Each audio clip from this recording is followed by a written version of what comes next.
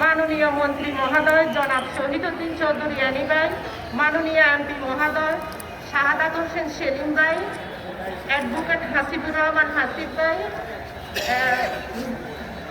উপস্থিত ওয়াহিদুদ্দিন চৌধুরী হ্যাপি ভাই, উপস্থিত সম্মানিত নেতৃবৃন্দ, আমার সামনে উপস্থিত বিভিন্ন ইউনিয়ন ওয়ার্ড থেকে আসা নেতৃবৃন্দ, গুমটুন পরিবারের সদস্যবৃন্দ, জুলাই শহীদ পরিবারের সদস্যবৃন্দ, সবাইকে ওমর ফারুক পরিবারের পক্ষ থেকে সালাম জানাচ্ছি। আসসালামু আলাইকুম। আমি লক্ষ্মীপুর সাবেক সাংগঠনিক সম্পাদক ৫ নং হাজিরপাড়া ইউনিয়নের চেয়ারম্যান গুম হওয়া বিএনপি নেতা ওমর ফারুকের সহধর্মিনী। ২০১৪ সালে আমার স্বামী ওমর ফারুক চেয়ারম্যানকে গুম করা হয়। আজকে ১৩ বছর আমি এখনো বিচার পাইনি।